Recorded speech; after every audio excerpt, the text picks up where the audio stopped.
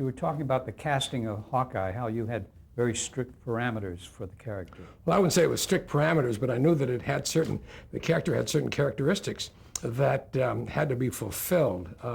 Needed an intelligent actor, an actor that could handle. See, our Hawkeye was a highly literate character, well-educated, very intense, a lot of tension in the character, a passion in the character, but a well-educated man, a doctor, a man who had a really great indignation about war, and this had to be expressed. At the same time, you needed a character who was a good light comedian. So it was a difficult character to cast, and we had very little success. And I felt that if I didn't get Hawkeye cast properly, we didn't have a show. We weren't going to make it. And coming very close to production time, an agent named Mickey Freiberg came to me, a guy that I'd known for a long time, and he said to me, "Did you ever hear of an actor named Alan Alda?" And I said, yeah, I've seen Alan Alda. I saw him in the Apple Tree in New York. He's a wonderful actor. But as I understand it, he doesn't want to come out and work on the West Coast. He wants to live in the East. And somebody says, it's true, but now he will. If he likes the property, he will commit to a series in the West Coast. He had 3 daughters. He lived in a little town in New Jersey. Didn't want to leave the daughters, but he come to the point where he recognized he wanted to be wanted to have a show that would be get national recognition, and to do that he would have to commit to Hollywood, and he was prepared to do that. So I said, he's Hawkeye if I can get him. So he says, well, right now he's in Utah shooting a show called The Glass House, and send him a script.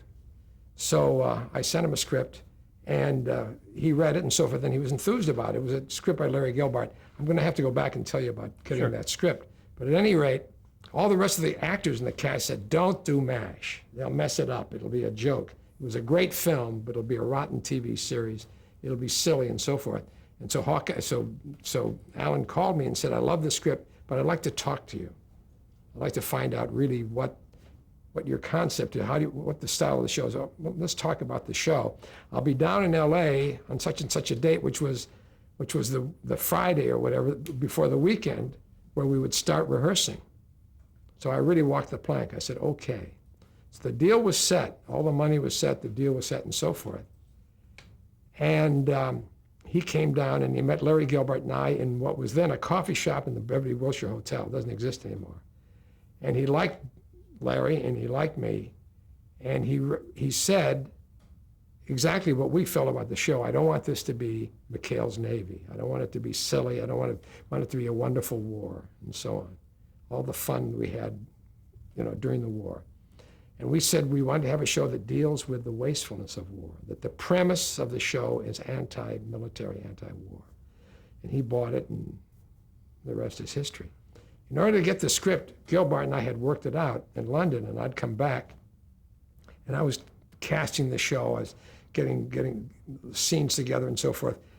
And it was getting close to the time when I really must have the script. So I picked up the phone and I called Larry. I said, I think it's time. I hate to put pressure on you, but I'd like to see that script. He said, it's in the mail. And then he sat down to write it.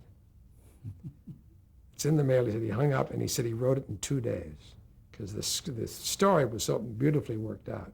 He wrote it in 2 days and shipped it to me. And so I got this script and I loved it. Now the story, the show evolved from that script because pilots are always a little strange. They introduce all these characters. They introduce the setting. They're not really a great episode as a rule. It was a pretty good episode, but we did much better later on. Did you have to test Alan Alda? Did the studio or the network want you to? No, I just told him I had my Hawkeye. In those days, I cast all those people. The only people that we tested were, I think, 5 or 6 guys for, it could have been Hawkeye or Trapper. I told them, I said, I don't know which way I'll go with this. And, but that was the only people that I tested and sent to the network, and they came back, they said, Wayne Rogers reminds us of surgeons we've known.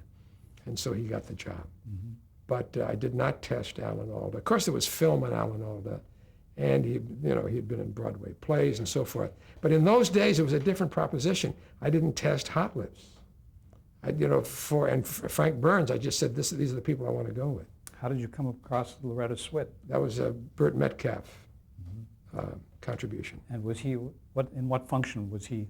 He was the associate producer. Burt Metcalf and I were old friends. And when I did Room 222, he was at Screen Gems. I called him up and I said, look, I got a show going on the air, Room 222. Would you like to be the associate producer? And he said, well, I'm working for Harry Ackerman. I think I'm in a good spot. I don't think so. So he turned me down. Then a year later, or 2 years later, this MASH thing, I had MASH and I also had I also had Anne and the King. I'd shot that pilot and that was on the air. So I called him up. I said, no, I need an associate producer. He said, now, and he was at this time, he was at Universal, working at Universal, not too happily. He said, now I think I hear you, and I think you got me. And so he came over, and he was wonderful on the show, and a great guy to work with. And You were together a long time. together a long time. Yeah. I wanted to ask you about, did the network have any approvals of the casting? Well, that's what I'm saying. It was very unique in those days. Yeah.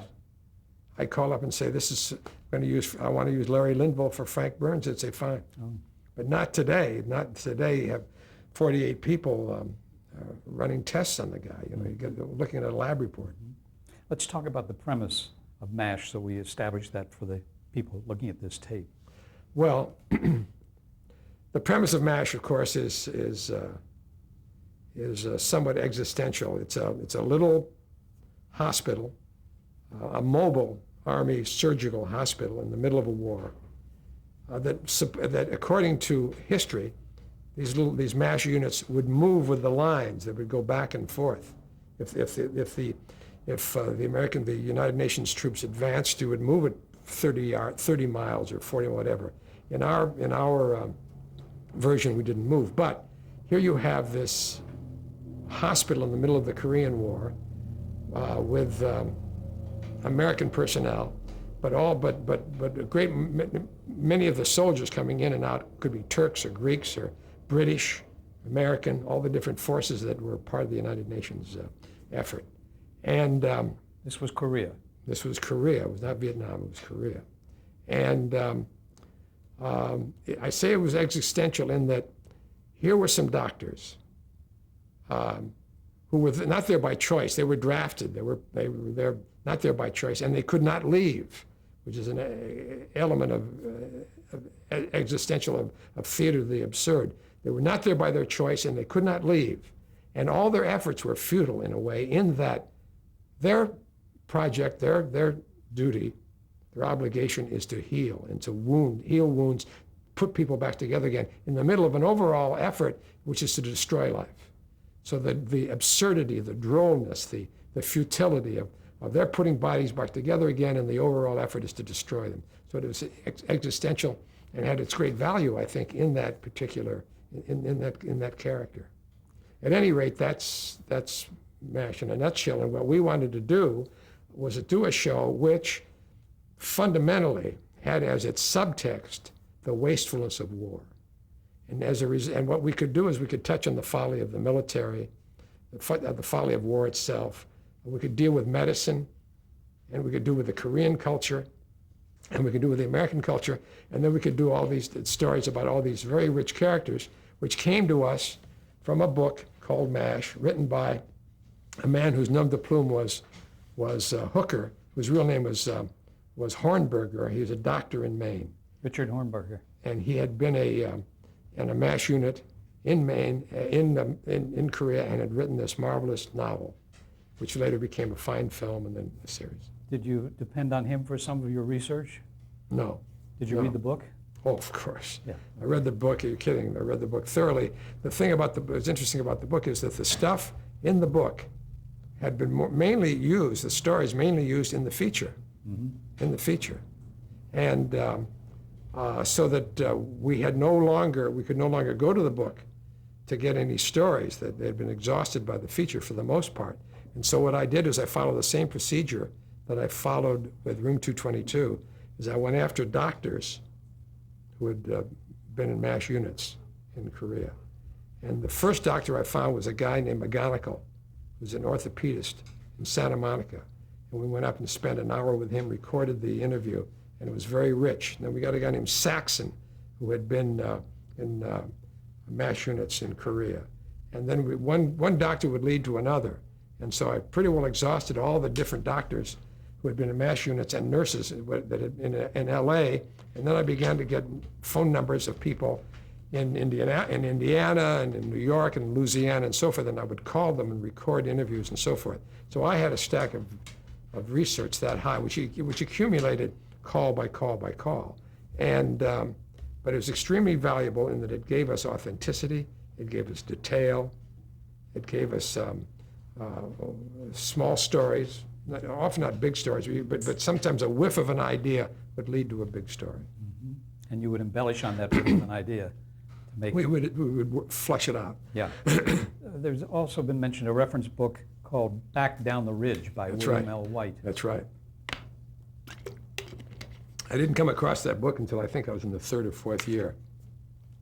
But it was a marvelous book, and written by a fine writer, and it was about Korea, and it was about part of it was about MASH units. It was about other parts of the war and so forth. But some of it was very authentic, very valuable in terms of dealing with MASH units in Korea. And I picked up the phone one time and called to thank him. And his wife said, oh, he would have been so delighted to receive this call. He loved MASH, and he passed on 3 months ago. Oh, my. Yeah. Wonderful, wonderful man, wonderful writer.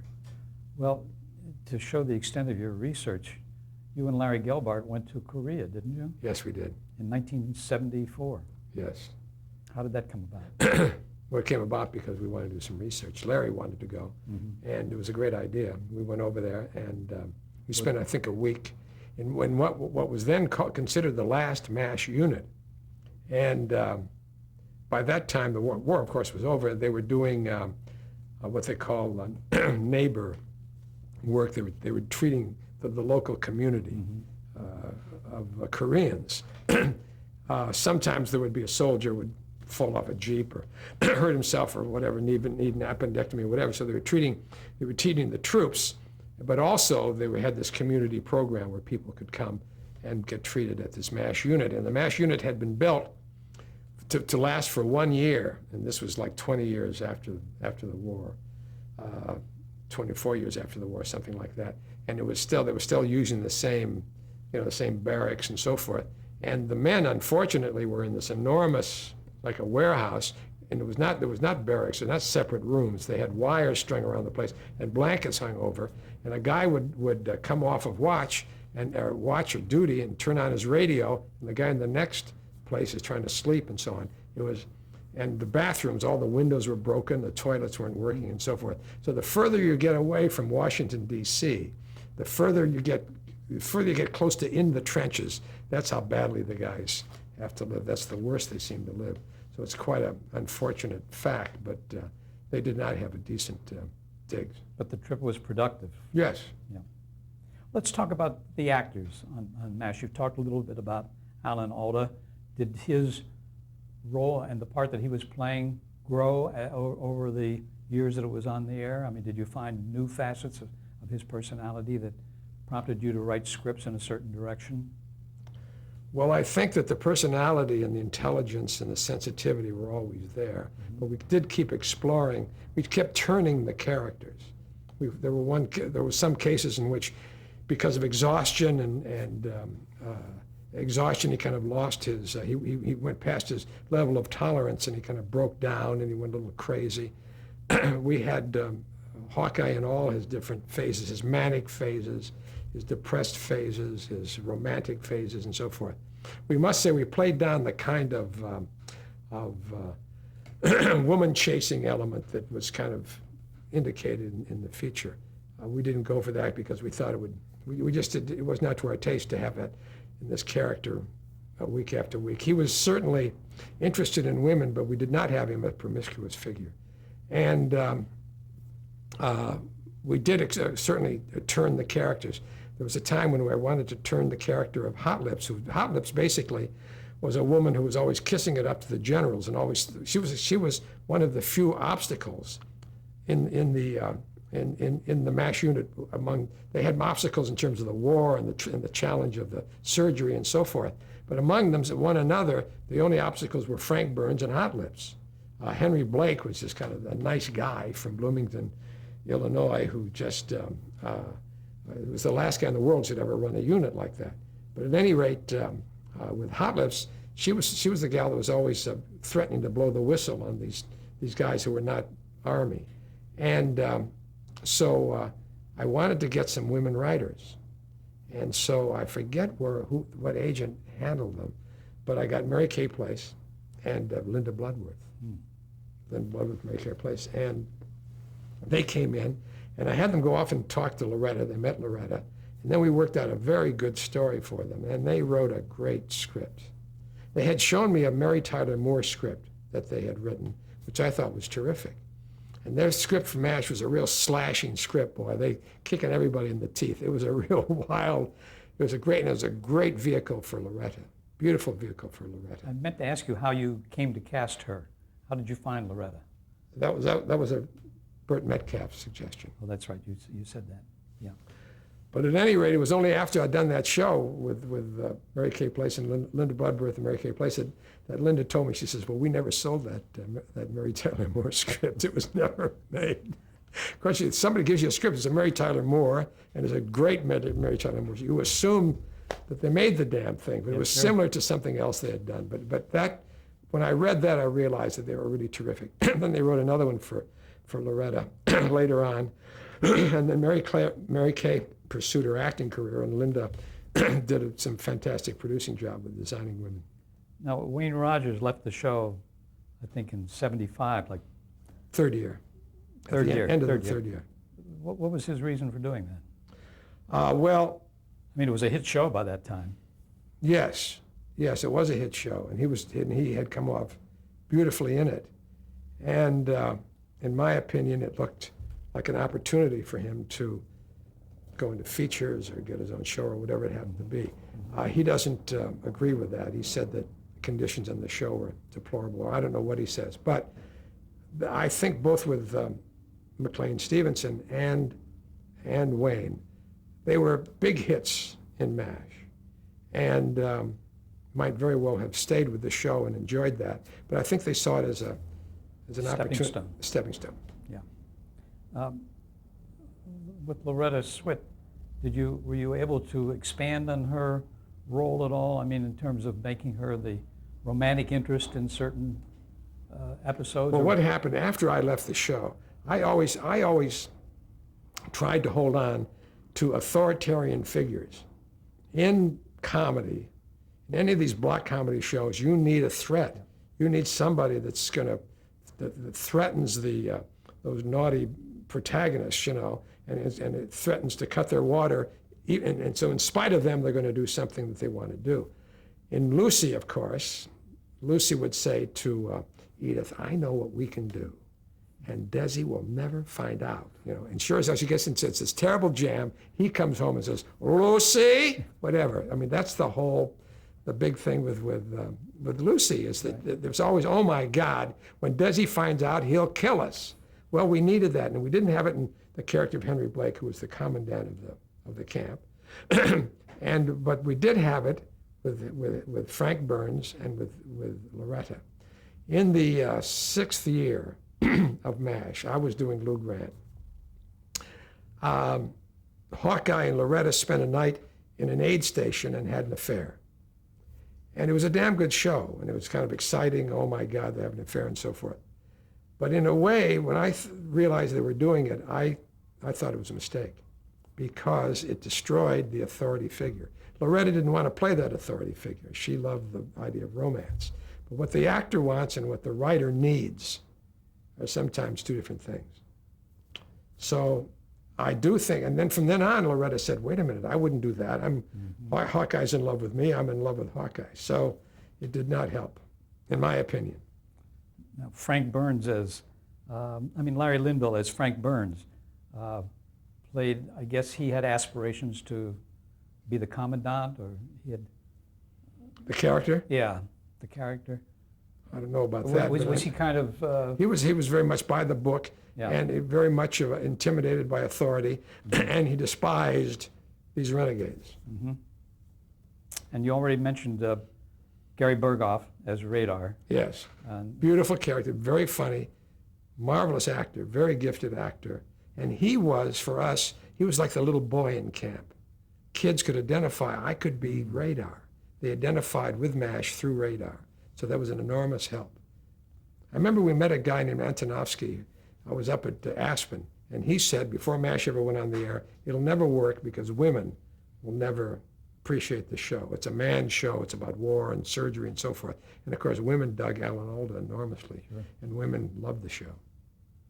what about McLean Stevenson? What did you have for him in terms of Well, character? I cast McLean. I thought I'd seen his work around, and I knew McLean, and I thought he was perfect because Henry Blake was a doctor that belonged in, has a little practice in Bloomington, Illinois, played golf on the weekends, and the last guy in the world to be running 100 medics, running a whole, he was not an administrator, he was not a forceful leader, he was just a nice guy who was a fairly competent general practitioner in a small town in Illinois. And I just, Henry and McLean looked great for me. When McLean first came to me, he said, "You don't see me as Hawkeye or Trapper?" I said, "No." He said, okay. I mean, he took it cheerfully, and he did great. McLean was never better. He did a beautiful job for 3 years. But somewhere along the line, I remember him saying to me one time, he says, "This guy says I could have my own show." And McLean was the kind of guy that when he was here, he felt maybe he should be over there. A lot of people are like that. And somehow, you know, advice is cheap. Wherever you talk to in this town, they say, "I know what you're doing, but you know what you ought to do." And it doesn't mean anything to them, and it shouldn't mean anything to you, to the listener. They're full of advice, and a lot of it is not too well thought out. And of course, they don't suffer the consequences. Oh, he says, "Oh, well, you followed my advice and you made a mistake." But I think people were saying to both of them, "Boy, you could really, you know, you could be a star." It's unfortunate. I think McLean did regret it later on. There was an episode, though, I guess, planned for when he was leaving, in which he was going to get killed. You remember that? For You want to talk about that? McLean, well, that's a very important show. Yeah. Why was it decided not to tell the cast? Well, because we didn't want to, I don't know, we just thought it was discreet not to tell them to the last minute. The show was written by two very fine comedy writers who are no longer with us, Jim Fritzell and Everett Greenbaum. Yes. Now, these two men had written comedy, had enriched American television ever since Mr. Peepers. They also wrote the show that Walter Brennan was in about the farmer. Yeah, I've forgotten the name of I it. forgot, I'll get it. At any rate, they were wonderful comedy writers. And we were working on the story of McLean leaving. You see, McLean said, I want to get off the show. And so we finally made a deal with him, finish the year, and he agreed to finish the year. And then they would let him go because he was very unhappy, and we didn't want to keep him if he was that unhappy. And Freddie Silverman agreed, we'll let him go. So in writing the last story where he gets his time is up, he's going to go home, we said, what if he went into the drink? Because a lot of young men from Bloomington, Illinois, did not get home to Bloomington. It was honest to that extent. And so that became part of the story. It became in the last scene. We withheld that from the cast because we didn't want them somehow falling apart or playing that last scene. Some actors will do that. Mm-hmm. They'll play something they shouldn't know about. At any rate, for whatever reason, we held it off to the very last minute.